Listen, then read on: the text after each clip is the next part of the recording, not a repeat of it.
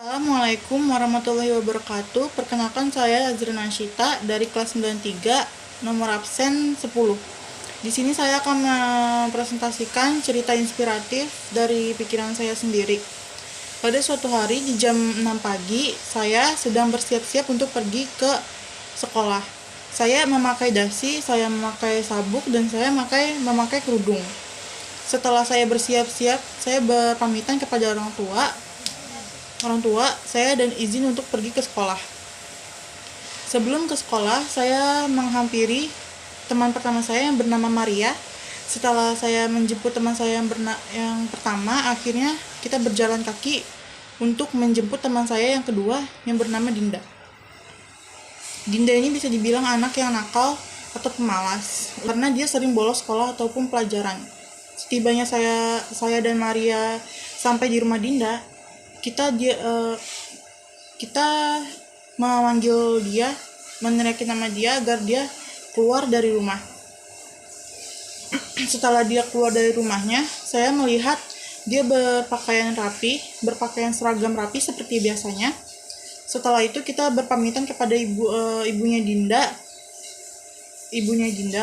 Setelah itu kita bertiga melanjutkan perjalanan menuju sekolah. Tetapi di pertengahan jalan, Dinda bilang dia sangat malas untuk pergi ke sekolah.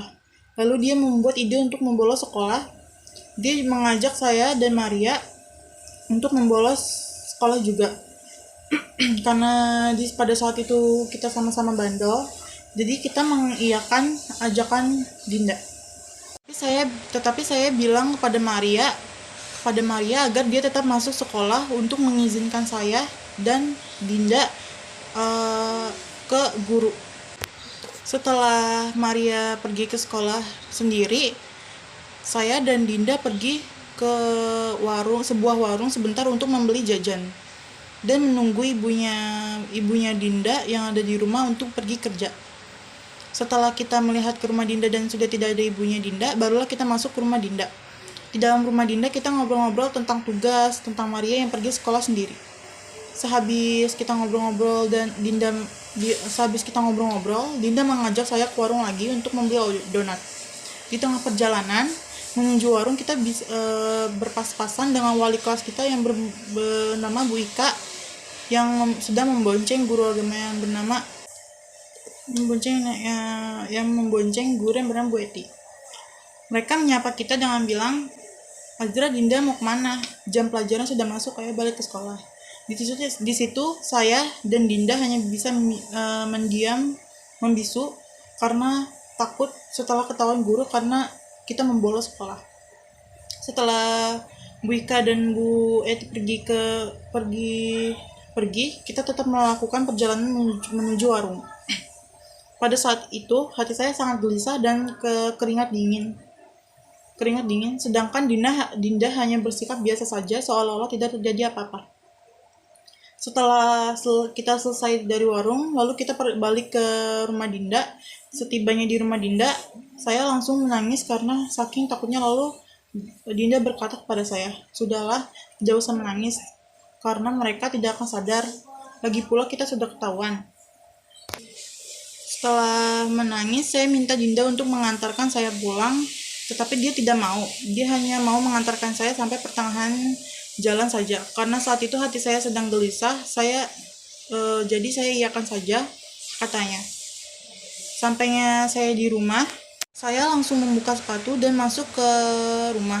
Di dalam rumah, saya langsung ke kamar dan mengunci diri di dalam. Ternyata di saya tiba di rumah, nenek saya melihat saya sudah pulang. Lalu nenek saya menghampiri saya dan mengetuk pintu kamar saya. "Kamu sudah pulang? Tumben cepat sekali." Lalu dari dalam saya menjawab dengan berbohong, "Iya, Nek, guru sedang rapat semua, maka dari itu semua murid dipulangkan." Di situ saya makin gelisah karena saya sudah berbohong kepada nenek saya. Di pagi harinya, ibu saya mengomelin saya karena semalam Bu Ika menelpon dan berkata bahwa saya sudah membolos sekolah. Di situ ibu saya menangis karena kecewa kepada saya karena sudah berbohong kepada dia. Ibu saya kecewa kepada saya karena berbohong yang bilang izin sekolah, berangkat sekolah, tetapi malah membolos sekolah. Di situ saya juga ikut menangis dan meminta maaf kepada ibu saya. Saya berkata, maafkan saya ibu, saya menyesal telah mengikuti perkataan Dinda. Tidak seharusnya saya mengikuti perkataan Dinda. Di situ saya memeluk ibu saya dan sambil mengucapkan kata-kata maaf. Lalu ibu berkata, kali ini saja ibu maafkan. Tetapi kalau kamu berbuat seperti itu lagi, ibu tidak akan memaafkanmu. Setelah ibu bilang seperti itu, dia pergi dari kamar saya. Saya terus menangis dan memikirkan perkataan ibu. Dari situ saya sadar bahwa membolos sekolah tidak akan bisa membuat kamu sukses. Justru sekolahlah yang membawa kamu untuk bisa meraih cita-cita kamu yang inginkan. Membawa kamu membawa kamu sukses untuk masa depan. Dan berbohong adalah perbuatan yang sangat tidak baik, apalagi berbohong kepada orang tua. Karena berbohong hanya menambah-nambahkan dosamu saja, maka dari itu janganlah kamu berbohong kepada siapapun, karena itu akan membuat orang lain tidak akan percaya lagi kepadamu. Sekian, terima kasih. Wassalamualaikum warahmatullahi wabarakatuh.